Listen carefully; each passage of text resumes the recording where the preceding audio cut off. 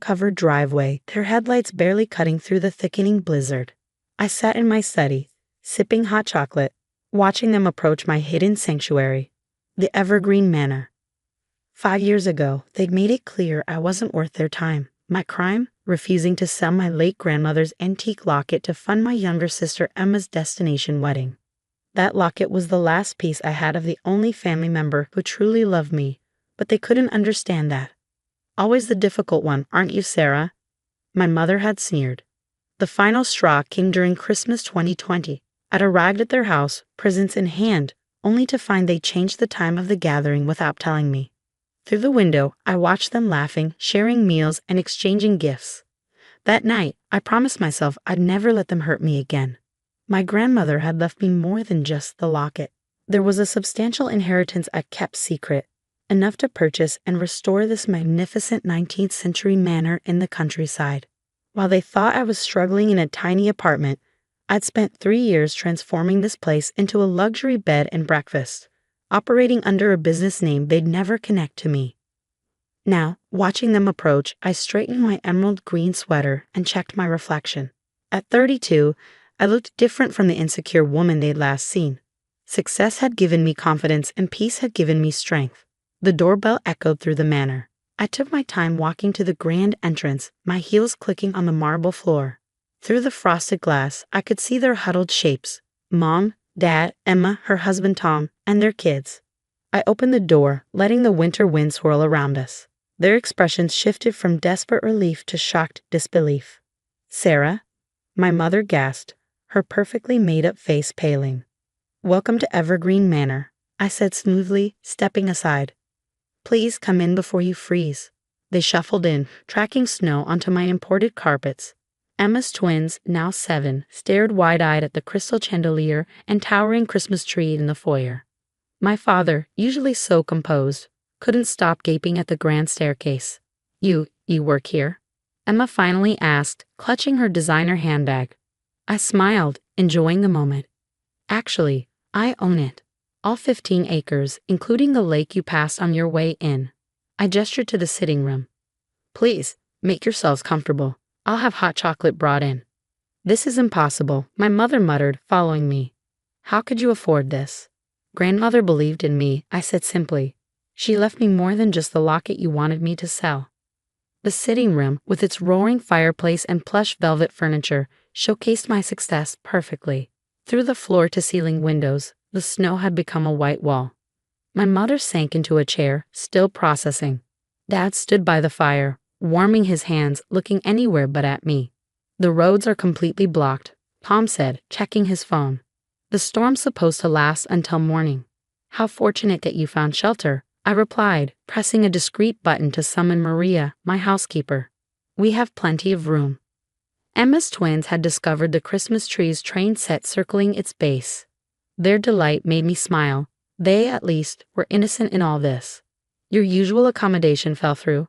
I asked, though I already knew the answer. I bought that property last month specifically to close it for renovations during Christmas. The Pine Lodge closed unexpectedly, my father admitted. We were trying to find our way back to the highway when we saw your lights. Maria appeared with a tray of hot chocolate and cookies. The twins' faces lit up at the marshmallow top drinks, making Emma finally crack a genuine smile. Sarah, she said softly, this place is beautiful. For a moment, I saw my little sister again, not the woman who had helped exclude me from family gatherings. Thank you, I replied, keeping my voice neutral. As they warmed up and the initial shock wore off, questions began pouring out. How long had I owned this place? Why didn't I tell them? Was I running it alone? I answered selectively, maintaining my composure. Let them wonder. Let them realize what they'd missed by shutting me out. I'll have Maria prepare rooms for everyone, I announced, standing. The East Wing has the best views of the snow. My mother finally found her voice. Sarah, we should talk. I paused at the doorway, turning back to face my family.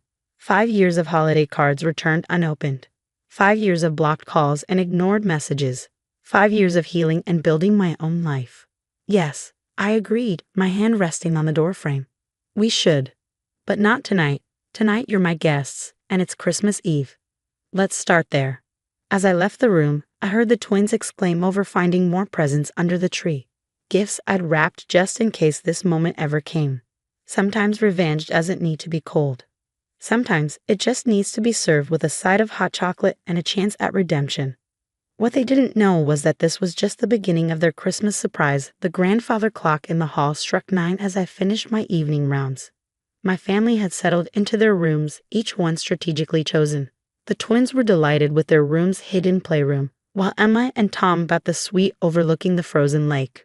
My parents were given the room next to the library, the one with all the family photos they'd never seen. I stood in that library now, touching the frames that documented my journey. Photos of me purchasing the manor, restoration work, the grand opening. But most importantly, pictures of me with grandmother in this very house when I was young. This manor had been her childhood home, sold decades ago when her family fell on hard times. Buying it back had been my secret mission. A soft knock interrupted my thoughts. Emma stood in the doorway, wearing the plush robe I'd left in her room. "Can't sleep?" I asked, not turning around. "How could I?" She stepped inside, her eyes scanning the photos. "Sarah, is that Grandma's old house? The one she used to tell us stories about?" "The very same." I finally faced her. Grandmother left me the means to buy it back. She knew I was the only one who remembered every story she told about this place. Emma's hand trembled as she touched a photo of the library from the 1950s. "The secret door, behind the blue bookcase. Is it still there?" I moved to the antique bookcase and pressed a hidden lever. The panel swung open silently, revealing a small reading nook with a window seat. "We used to hide you during summer visits," Emma whispered, tears in her eyes, "before they sold it. And now it's back in the family." I watched her process this information. "Though according to all of you, I'm not really family anymore, am I?" She flinched. "Sarah, about that. These past 5 years were educational," I finished. "I learned who I am without trying to meet impossible expectations." The door opened again, and my mother entered, looking smaller in her borrowed nightgown than I'd ever seen her. "I heard voices," she said, then stopped short at the sight of the photos. "Oh my God." "Hello, Mother." Recognizing the house now. She moved closer to the wall, her hand covering her mouth. "Your grandmother's home." "But why didn't you tell us?"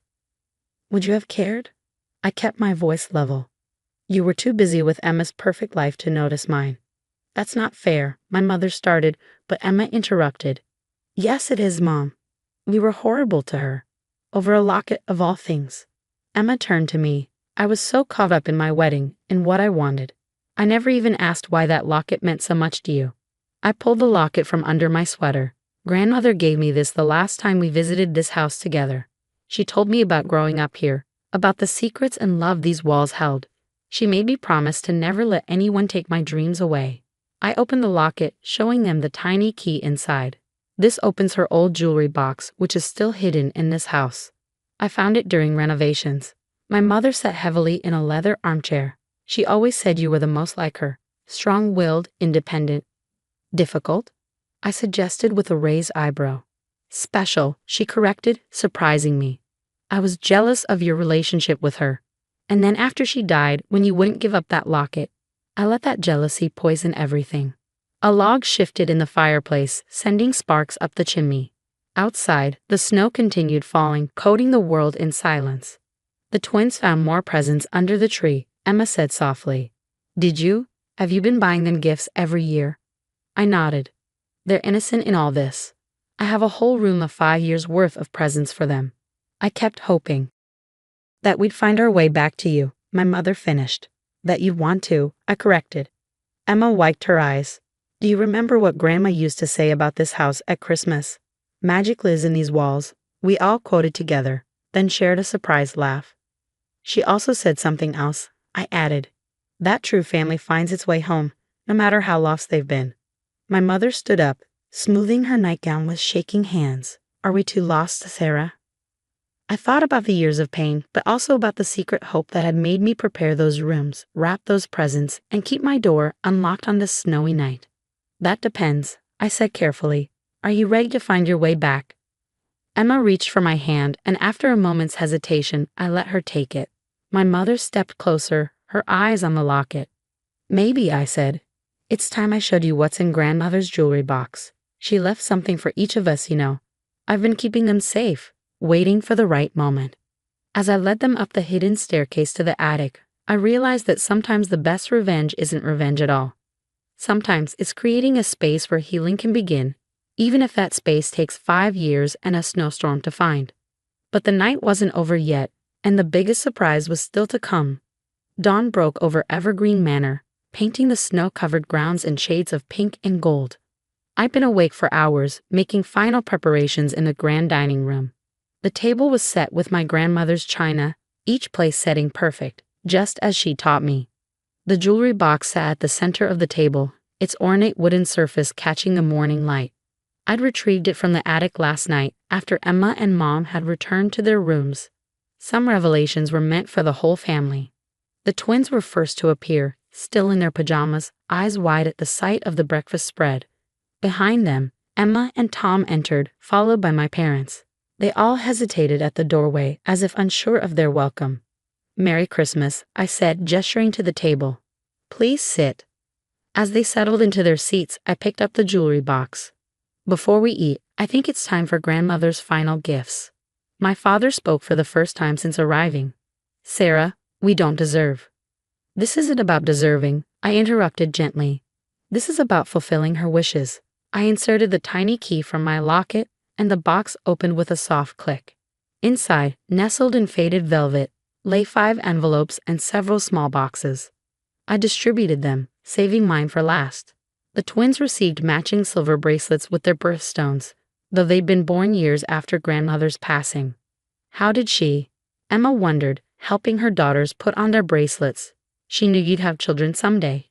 She bought these before she died, trusting they'd find their way to the right people at the right time. My mother's hands shook as she opened her envelope. A delicate sapphire ring fell into her palm, along with a letter. "This was her mother's ring," she whispered. "I always admired it."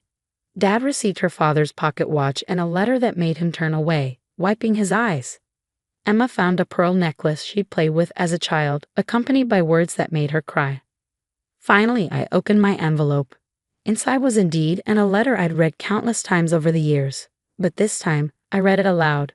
"My dearest Sarah, if you're reading this with our family present, then you've done exactly what I knew you would. You've brought them home. Not just to this house, but to each other. The deed enclosed is to Evergreen Manor. I couldn't bear to see it sold to strangers all those years ago, so I bought it back secretly, waiting for the right moment, the right person, to restore it to its former glory. That person is you, my darling girl. But a home is nothing without family to fill it. Even when they hurt us, even when they lose their way, family is worth fighting for. Your strength isn't just in standing alone. It's in knowing when to open the door and let love back in. The manor is yours, but my final wish is that you'll make it a home for all of you again. All my love, Grandmother." Silence fell over the table, broken only by the twins' quiet munching of toast. My mother reached across the table, taking my hand. "We were so wrong," she said softly. "All these years, we thought you were being stubborn about the locket, but you were protecting something far more precious. You were protecting her legacy," my father added, "while we were too blind to see it." Emma stood up, walking to the window. "Remember how we used to spend every Christmas here as kids? The snowball fights, the sledding down that hill. The hot chocolate competitions," I added, smiling at the memory. "Grandmother always let us win." "Sarah," my mother said, squeezing my hand. Would it be possible to make new memories here?" I looked around the table at my family, broken, healing, hoping. "That's why I bought all those presents," I admitted. "Every year, I kept thinking, maybe this Christmas." "Can we open them now?" the twins chorused, making everyone laugh. "Soon," I promised. "But first, I have one more surprise." I pulled out a stack of papers from a drawer. "I've been working on getting the manor registered as a historic landmark, but with a special provision. It will always be a family home first, open to all of us." My father stood, pulling me into an unexpected hug. "You're remarkable, you know that? Just like her." As we moved to the living room for presents, the snow began falling again, soft and gentle. The twins raced to the window, pressing their faces against the glass. "Look," they shouted. "Perfect sledding weather." Emma linked her arm through mine. Think you could teach them the secret route down the hill, the one Grandma showed us? Only if their parents join us, I replied, watching my mother already planning how to arrange hot chocolate for our return. Standing there, watching my family unwrap 5 years' worth of carefully chosen gifts, I realized Grandmother had been right. Sometimes the best revenge isn't revenge at all.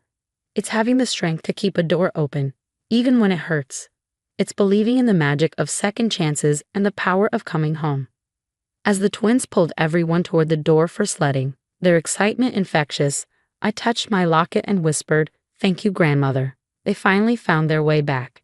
And in the joyful chaos that followed, Evergreen Manor once again became what it was always meant to be, a home where family could heal, grow, and love again.